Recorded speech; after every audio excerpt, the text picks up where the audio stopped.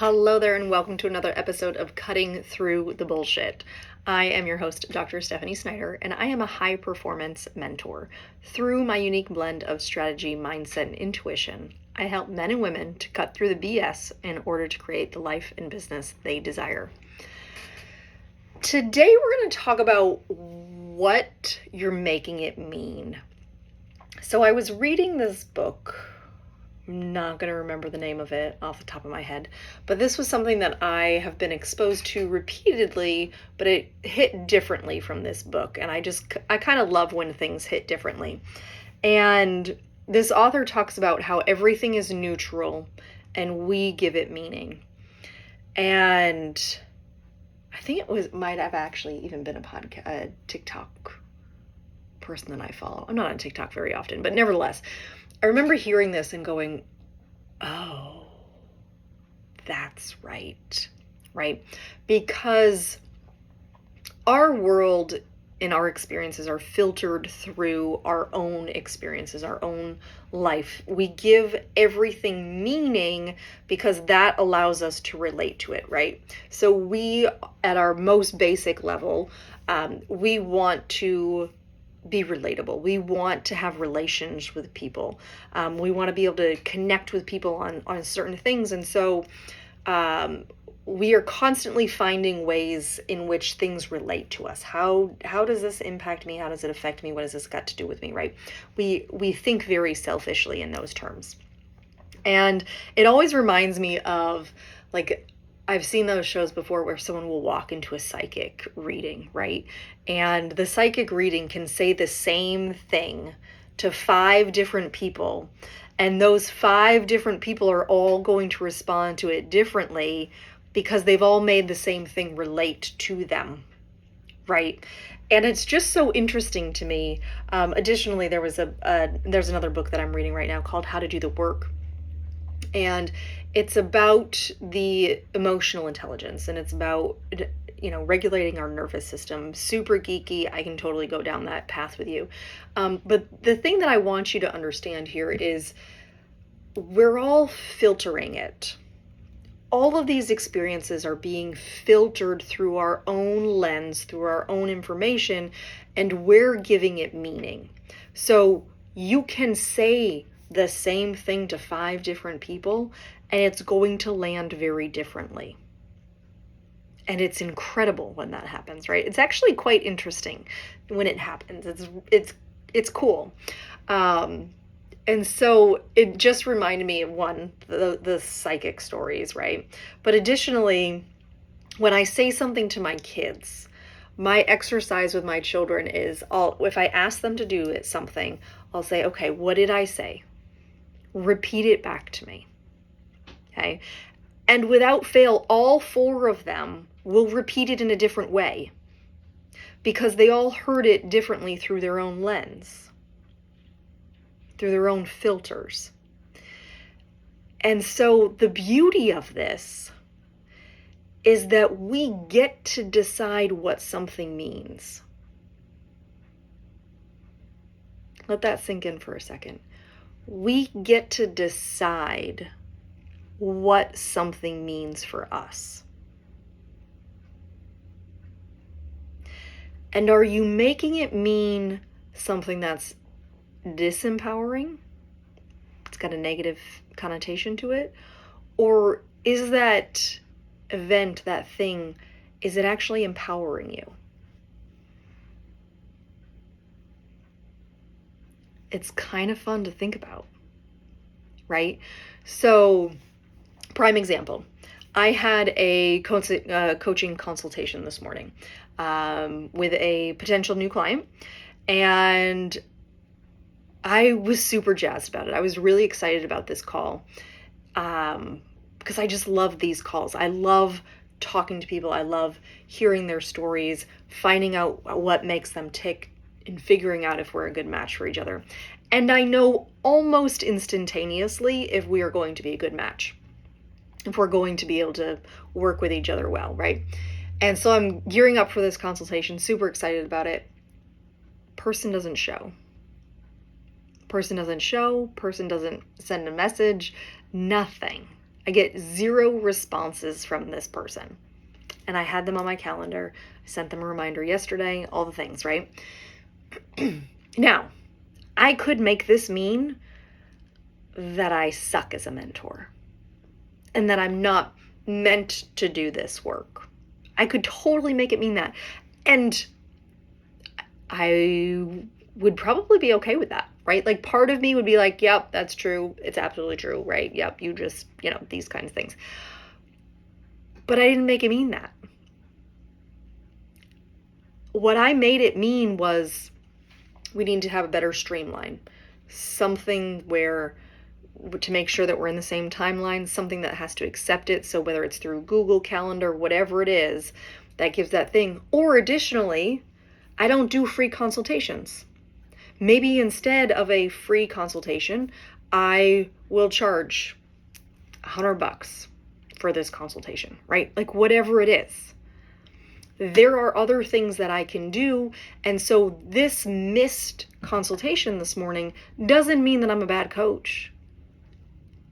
I made it mean that there's an opportunity for me to create something different here, for me to streamline something, for me to have a different system in place in order to go moving forward so that these kinds of things aren't happening regularly, right? And so it's just interesting how you can make all kinds of things mean all kinds of different things, right? Person that cut you off this morning in the traffic on the way to work, right? You could make that mean you're going to have a really shitty day. Or you could make it mean, you know what, that driver was really distracted and didn't see me. I'm glad I wasn't in an accident. I'm glad they didn't T-bone me. Right? You get to decide what things mean for you. And this is so important in our relationships because, for instance, right? I talk about my kids a lot. I have 4 of them. I do a lot with my kids, right? I could make their bad attitude, I could take it personal. And it could throw me into a spiral where then I have a bad attitude, which is only then worsened by their bad attitude, right? We just kind of spiral out of control together. Or what I've decided it means for my children is when they're having a bad attitude, there's something else going on. And it's not something I have to take personal, right? The other day, my 9-year-old legitimately lost her mind about having to go to the beach with the family. Like, so upset about it. Tears, crying, like full temper tantrum, like ready to tie herself to her bed kind of a thing because she didn't want to go. And I could have totally caved into that and been like, all right, shoot, I guess we're not all going to the beach, right? Like, we're just not going to do it. And instead, I looked at her and I said, baby, what have you eaten today? Nothing. I said, okay, well, let's get something to eat before we go to the beach. Will that help? Yeah. Right? Very different conversation happening at that point, right?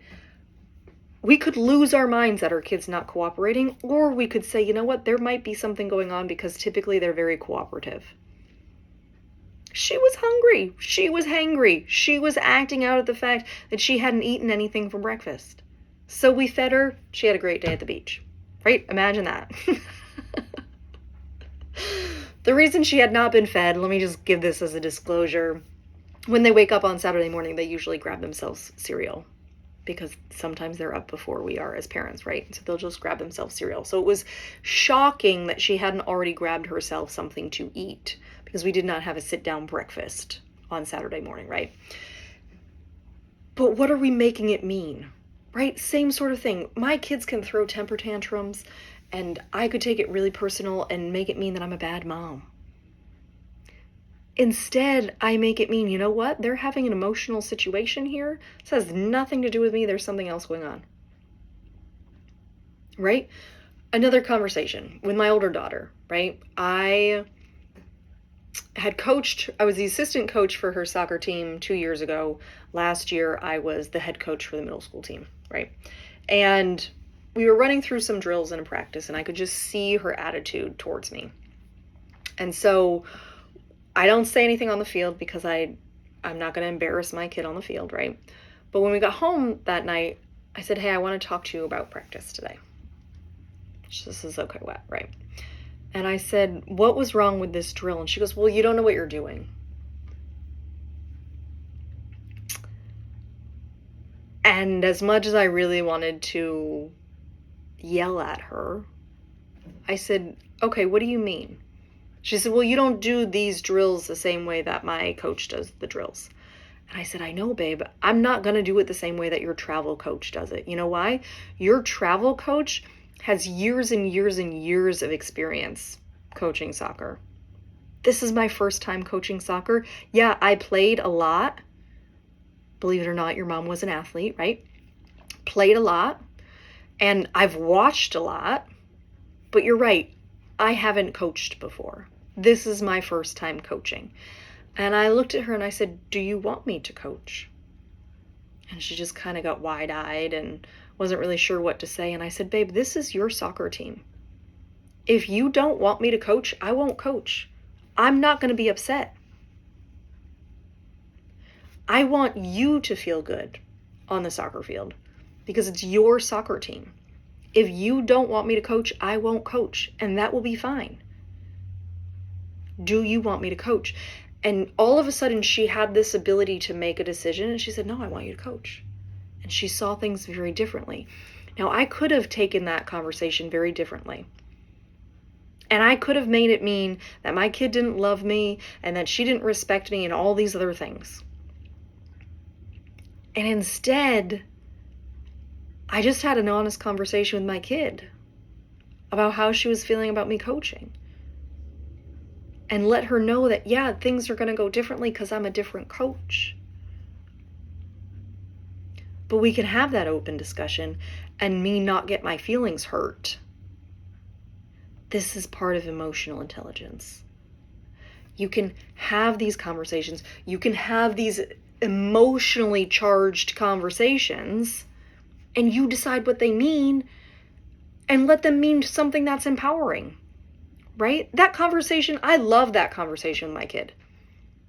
I love that we had that conversation. Will she remember it? I don't know. I don't know that she'll ever remember it, but I'm going to remember it as an opportunity where she got to decide and she got to voice her opinion, and it made her feel heard. And she wasn't just thrown into this thing that she was forced into. And that's important to me for my kids. And so what are you making these situations mean?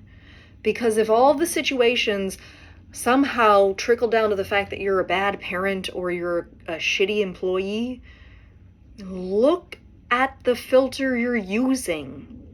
It's time to focus on something different. Maybe it's just an opportunity to have a little bit of wiggle room, to shift something differently,